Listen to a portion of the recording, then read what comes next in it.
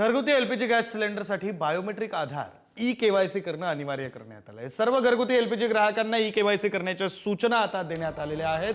केंद्र सरकारने या सूचना दिल्या। ही प्रक्रिया पूर्णपणे मोफत असून घर बसल्या मोबाईल फोनवरून ऑनलाईन करता येणार आहे। सिलेंडर योग्य लाभार्थ्यांपर्यंत पोहोचवण्यासाठी सरकारकडून हे मोठं पाऊल उचललं आहे।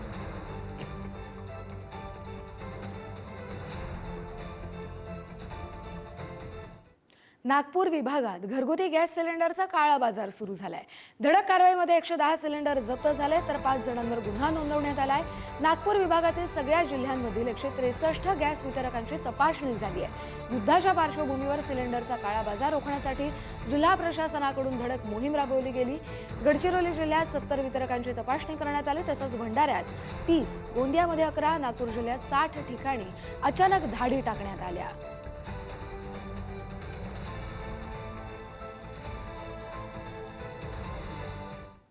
कमर्शियल गॅस सिलेंडरच्या पुरवठ्यामध्ये हॉटेल आणि रेस्टॉरंटसाठी 20% कोटा आता निश्चित करण्यात आलाय। वाढलेल्या गॅस टंचाईच्या पार्श्वभूमीवर हा निर्णय घेण्यात आलाय। पेट्रोलियम मंत्री पुरी यांच्या अध्यक्षतेखाली झालेल्या एका बैठकीत हा निर्णय घेण्यात आला आणि यामुळे हॉटेल उद्योगाला मोठा दिलासा मिळाला।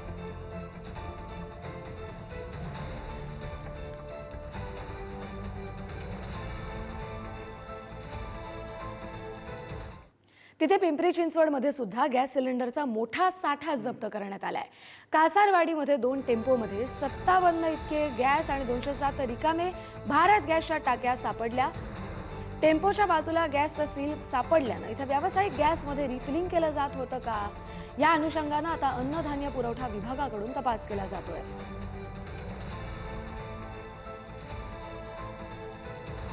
या ठिकाणी विना परवाना त्यांनी साठा केल्याचं आढळून आलेलं आहे।